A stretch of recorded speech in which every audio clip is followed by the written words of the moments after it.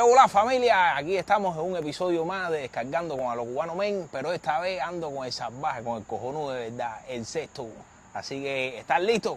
Seguro. Ahí estamos. Vamos a ver. Aquí empezamos la entrevista con mi socio Danilo Maldonado Machado, mejor conocido como el sexto. Nació en abril 1 de 1983. Hoy por hoy tiene 40 años.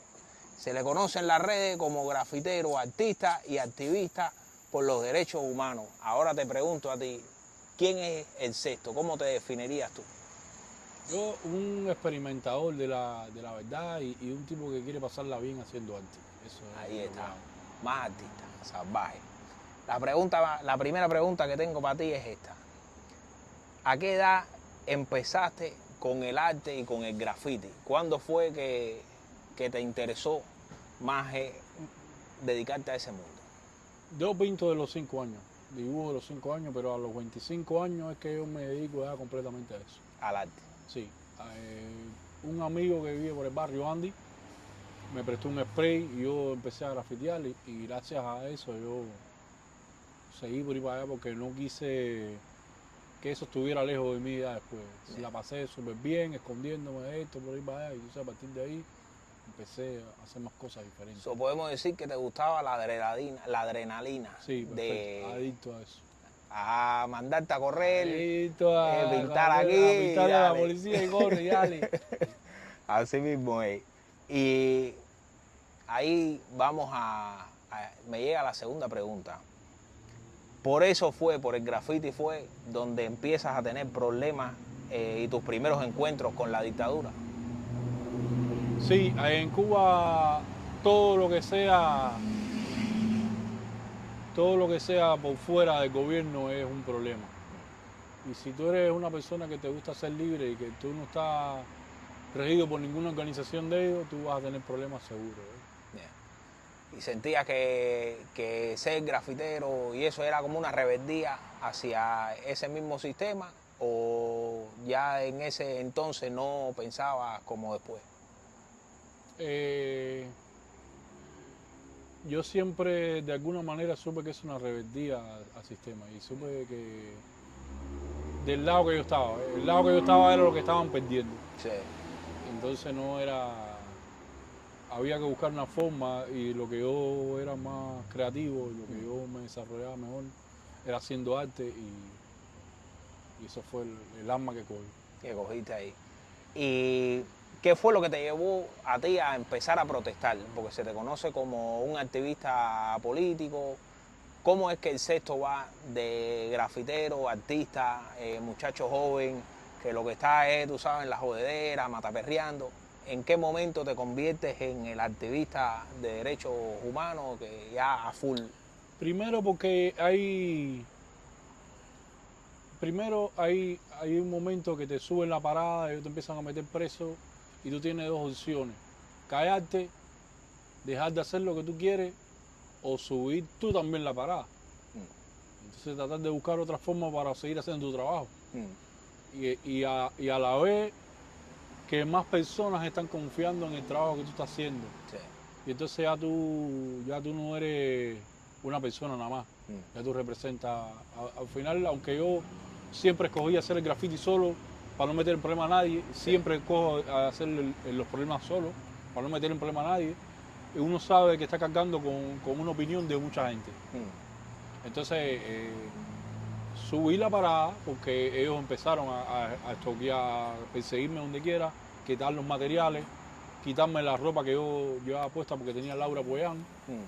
Subir la parada, tatuarme Laura Poyán, hacer más graffiti, tratar de buscar otras maneras de hacerlo, del flyer y ser más consciente con la voz que yo estaba representando.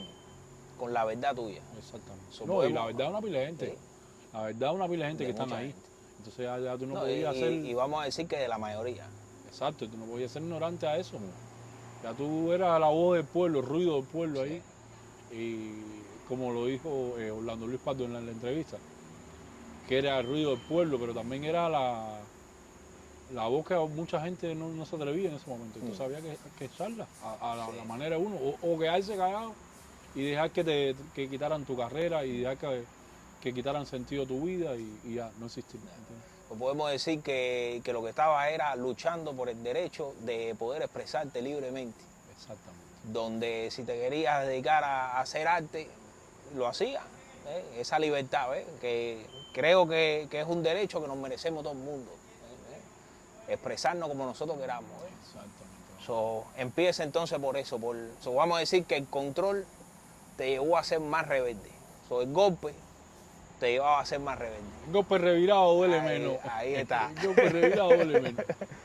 Entonces, ahí es donde vamos, que muchos me han hecho el comentario, pero no sé, y me gustaría que nos explicara qué fue lo que pasó con los puercos, de cuál era el plan que tú tenías y el objetivo y por qué te llevó a hacer eso, de los puercos que soltaste. O los puercos no se llegaron a soltar en Cuba.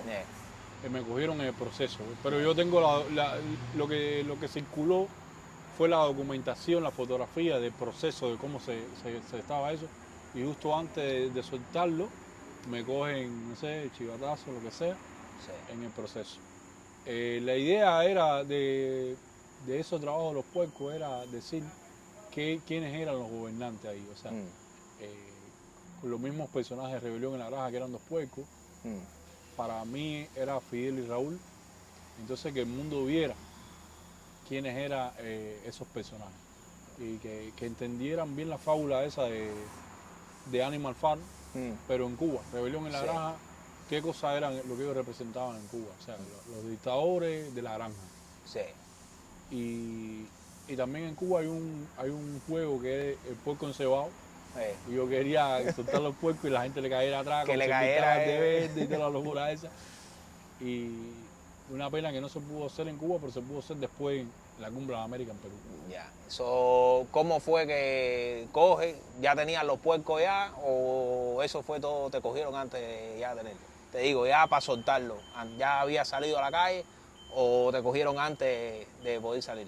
No, me cogieron antes, o sea, ya había salido a la calle y iba por el Vedado en el carro con los puercos. Y me cogieron ahí en el Malecón y 23. Que al seguro un chivatazo.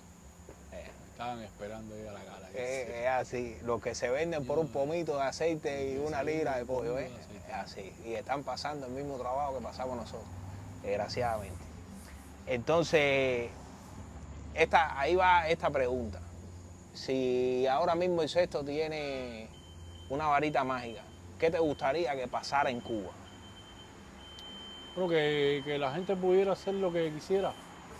En Cuba en el 2011, si mal no recuerdo, se permitieron abrir los negocios privados. Por primera vez Cuba no puede entrar en un hotel, por primera vez no se necesitaba un permiso de salida. Y eso en un año o 2 años se levantó increíblemente Cuba. O sea, como que la gente empezó a vender panes en la calle, herramientas, empezaron a vender un montón de cosas y había movimiento.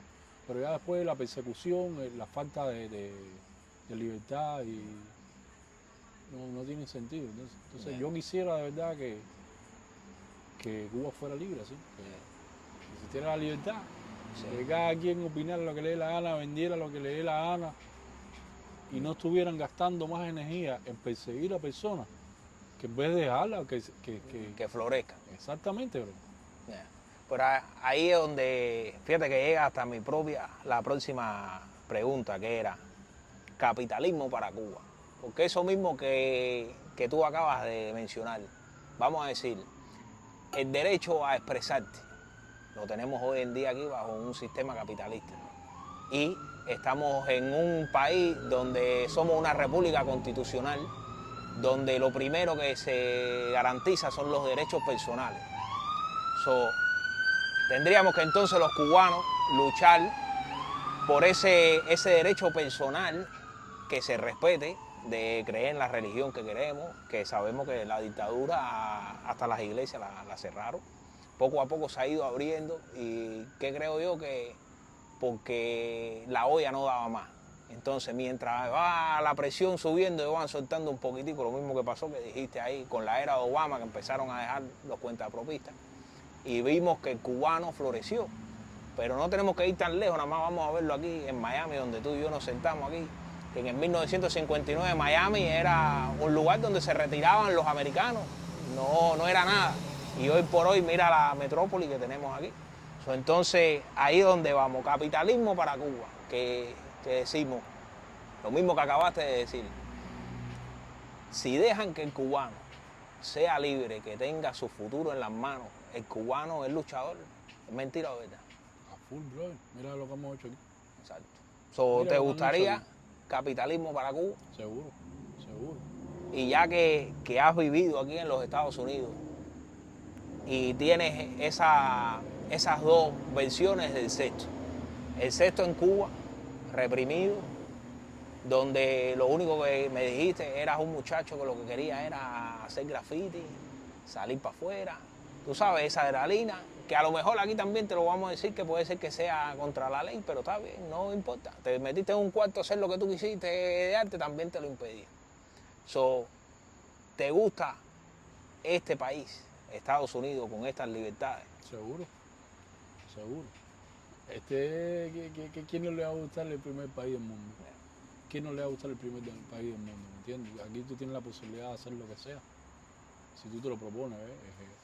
Hay cosas que no van a venir fácil a ti, pero lo que viene fácil, tú sabes que fácil se va. Exacto. Y entonces se supone que tú tengas que trabajar por un sueño. Y este es el sueño que yo estoy trabajando, este es el sueño que yo elegí. Yo a veces no va tan bien, pero muchas veces en el momento que pienso que estoy luchando por un sueño ya me va bien. Que yo cogí esto y que soy mi propio jefe. Y que mañana se ve una imagen mejor y así. Me va bien, ya estoy bien en interior. ¿Te sientes realizado? Completamente. Perfecto. Ahora, háblame de los nuevos proyectos, porque ya sabemos que el sexto ahora es libre. El sexto es libre de hacer su vida, de crear nuevos horizontes. ¿Qué nuevos proyectos tiene? ¿Qué te gustaría hacer en el futuro? Proyectos vienen como... Hay muchas cosas que están en proceso, esculturas de bronce que están en proceso. Seguir trabajando, llevar el arte a otro nivel, ¿ves? Seguir buscando el momento y el lugar para anunciar que en Cuba hay una pila de presos políticos, hay una pila de jóvenes presos. Sí. Tengo unas amigas personales que están presos, amigos que están presos ahí, por el simple hecho de querer la libertad.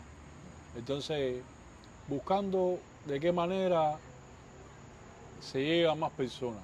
No sé si buscando a Seattle, buscando la escultura de Lenin y tratando de cortarle la cabeza, por ejemplo, o romperlo, algo, porque no es posible que en los Estados Unidos crezcan cosas que elogian el comunismo. Entonces hay que buscar la forma de denunciar lo más posible dentro de más lugares, ya fue en el estadio, ya fue en cualquier otro lugar que llegue a más personas para que la gente de verdad sienta, oye, men, ese tipo de verdad está diciendo que hay tremenda hambre y hay tremenda represión en Cuba, sí. No es un suicida, es de verdad te está diciendo lo que está pasando ahí. Pero cuando te lo dicen de esa manera, ya la gente puede sentir. Pero es que yo, ahí donde te digo que es una realidad que la sabe todo el mundo. Lo que algunos eligen esconderla, digo yo. Entonces, hay muchas personas que eso es algo que te lo celebro, que fíjate, de tu manera de pensar no estás pensando solo para ti, estás pensando para el resto. Donde sabes que te convertiste en un foco y dijiste, mira, no tengo el peso de tantas personas que quieren hablar o no tienen la plataforma y sin embargo tú eres libre ahora de decirlo. Y lo dijiste en Cuba y lo dijiste aquí. Te celebro eso y por eso que digo que eres un cojonudo. Entonces, no, eso es lo que le toca a uno. No creo que soy más super persona que nadie. Creo que la enseñanza es, Laura Pollán, una vez que le hicieron un atentado en un carro, ella decía, la enseñanza de nosotros es que si nosotros podemos hacerlo, usted también puede. Si nosotros salimos a la calle a reclamar la libertad de los esposos de Laura, por ejemplo, que estaba diciendo eso, las demás, ustedes también pueden. Si yo puedo hacer esto que estoy haciendo, pintar la calle, reclamar la libertad de otra gente que no son mi familia, Exacto. ustedes también pueden hacerlo. Claro. Esa es la enseñanza. Porque desgraciadamente ahí es donde estamos adoctrinados, que no sabemos nuestros propios derechos. Porque como vivimos en Cuba, que es una isla, cárcel, no vemos, no tenemos una ventana afuera nada más de lo que nos escuchan. Que por eso yo te voy a decir que creo que por qué Cuba ha cambiado un poco más, porque el internet le ha dado esa ventana, ¿ves?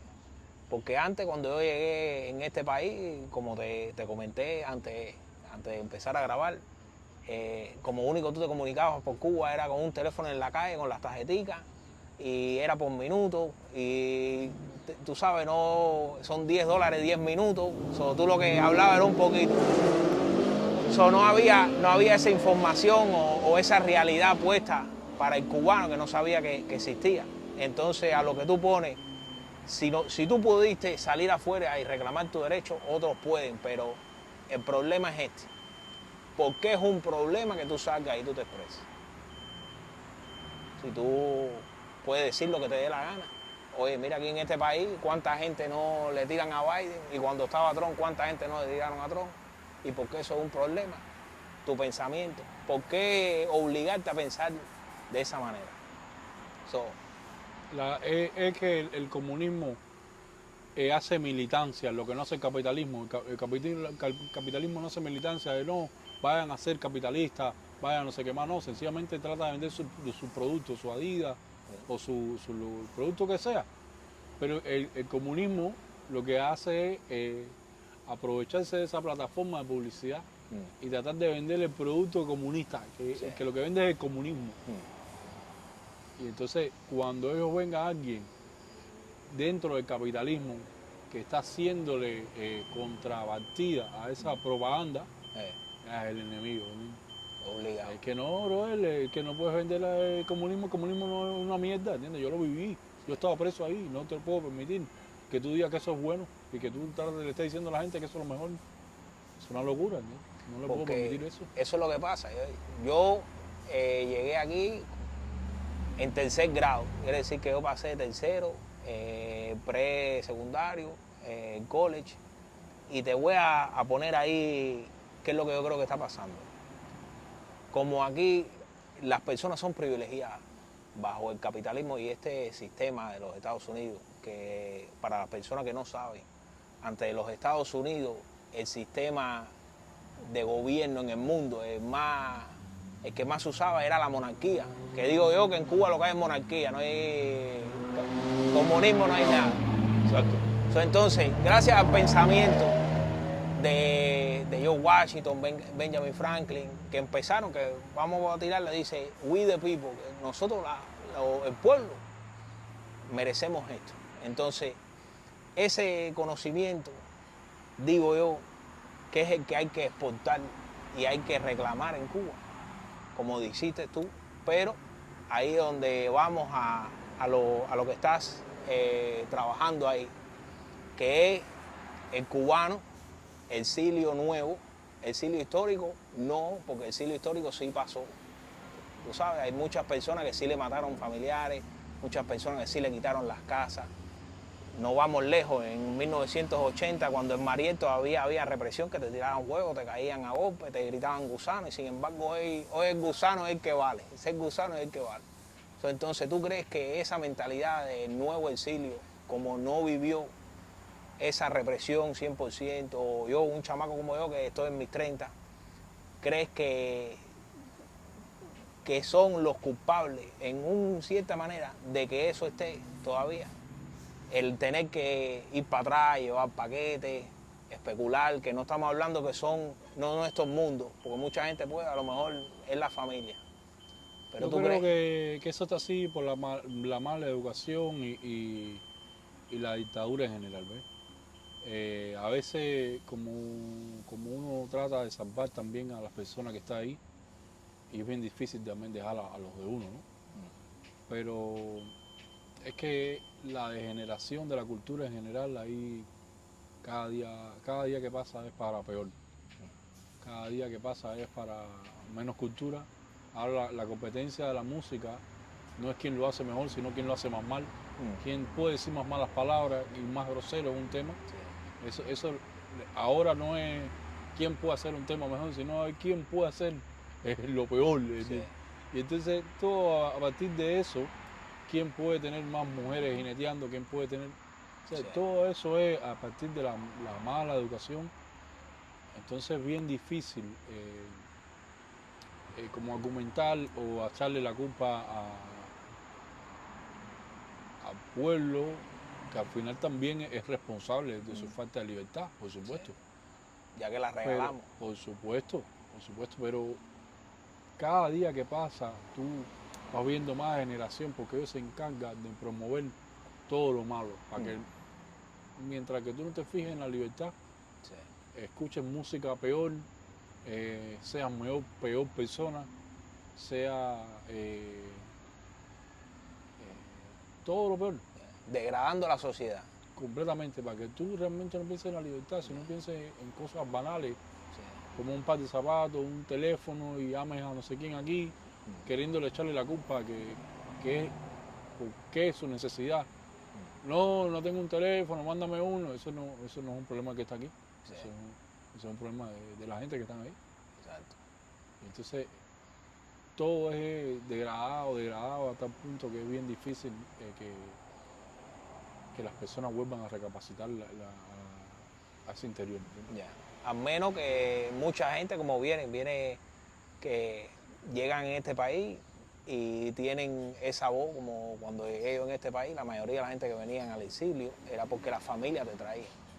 Entonces tenías una voz en el principio que te decía, mira, esto no es así, aquí esto es así, aquí no puedes andar sin pullover, aquí la bullería no es, que son cosas que nosotros pensamos que es normal allá, pero aquí tenemos que entender que bajo el capitalismo no es fácil, hay que trabajar, estamos diciendo 40 horas mínimas. Entonces hay personas que se pasan el día entero trabajando y el pedacito que tiene de la noche o lo que sea, y tú le vas a poner música y vas a formar. Entonces en este país se bebía mucho el no joderle la felicidad o la paz mental a la gente. Donde hoy en día estamos viendo que desgraciadamente cuando vinieron por la frontera muchas personas no tienen esa guía. Entonces como que repetimos los mismos errores que hacíamos en Cuba, eso mismo lo que tú dices, degradar. Entonces ya vivimos en ese plan. Entonces, que ese era el punto que estábamos hablando, que yo te digo que aquí en Estados Unidos corremos un poco de peligro para la juventud americana. Yo que soy bilingüe, como te digo, pasé aquí toda la escuela y pude ver como qué es lo que se promueve. Entonces aquí, desgraciadamente, hay un anti-americanismo que por eso yo digo que los cubanos tienden a ser más republicanos porque ven ese mal, ese monstruo que a lo mejor no coge, porque gracias a Dios aquí en los Estados Unidos tenemos separación de poderes, es un poco más difícil, pero en Venezuela también pasó. Exacto. So, Y aquí pasó, aquí se robaron las elecciones. bueno. Aquí se robaron las elecciones. Tú estás viendo que una persona que nadie realmente lo quiere, una persona que realmente nadie no tiene. Tú no puedes decir, bueno, mira, dijo la oración tal, dijo el párrafo tal. Exacto. Tú no puedes decir eso porque cada vez que sube a dar un discurso se pierde, se no recuerda. Entonces tú no puedes creer que alguien votó por nadie serio va a votar por eso. Exacto. Entonces, tú puedes estar en contra de Trump, pero tú puedes decir, argumentar de párrafo, discurso, hojas enteras de algo que dijo. No que se quedó, dame un helado. Sí.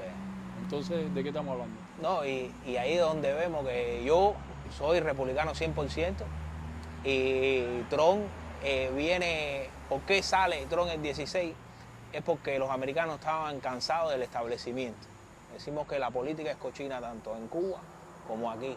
Entonces la política de aquí lo que la mueve es el dinero. Entonces venir Trump, un hombre que ya es establecido, que estamos hablando que Trump es de los 70, es Trump. Trump tiene dinero y hay canciones de rap que oye, yo quiero ser como Trump, era el playboy, era el poster child de americano, el sueño americano. A él coger el poder, ya el intermedio se jode. Porque si tú y yo somos socios y tú cogiste el poder, ¿para qué yo tengo que darle, tú sabes, dinero a la campaña a un político para que me ayude si el socio mío es el presidente? Digo que por eso es que creo yo que se atacó mucho a Trump, pero de que es necesario tener un líder fuerte, lo es. Entonces vemos lo mismo que está pasando ahora. Hoy en día nadie respeta a América porque lo acabaste de decir, Biden tomando helado, ¿qué da eso? No da confianza. Estamos viendo la economía como va bajando, ya que la economía americana no está respaldada contra nada, es especulación. Entonces el hecho de que Trump salía y decía, estamos teniendo la mejor economía del mundo, estamos progresando, crea confianza y en el capitalismo tú dices, bueno, tengo $5 en el bolsillo, bueno, puedo gastarlo si la economía está buena. Mentira, ¿verdad? Pero ahora, como tú sabes que la cosa está mala, tú dices, bueno, los $5 déjame guardarlo porque yo no sé si mañana lo voy a tener. Entonces, ¿crees tú que estamos corriendo el mismo riesgo hoy en día en los Estados Unidos como lo corrió la República de Cuba antes del 59? Que era la perla del Caribe. Puede ser. Aquí ya está viendo que la mentira está ganando. La mentira está ganando y sí estamos en peligro, ¿no? Sí estamos en peligro y el trabajo que se haga para denunciar eso y acotar la verdad y decir qué es lo que está pasando es poco todavía para decirlo. Podemos decir que el sexto seguirá en tierra libre, seguro, poniendo su voz en alto. Seguro, ahí está, me gusta eso. Con creatividad, con lo que sea, pues, es bien difícil a veces vivir del arte, pero hay que hacerle el trabajito que me toca. Y ahí llega a la última pregunta que te voy a hacer. ¿Qué consejo le das tú, el sexto, artista reconocido, a ese muchacho que quiere incursionar en el arte, quiere ser algo parecido como tú? ¿Qué consejo le dieras a él, a esa juventud? Que olviden el facilismo. Que ahora todo el mundo quiere ser, como tú tiras un bulto de pintura y haces una raya y ya lo hice, ya, no, eso no es nada. Lo que llenaste fue la pared de pintura, ¿entiendes? Y es un trabajo de años para demostrar que de verdad tú eres eso y de verdad tú quieres ser artista. No es ahora ya, yo soy el artista, no. Y tampoco puedo ser artista con una obra de arte, tienes que pasártela rompiéndote la cabeza.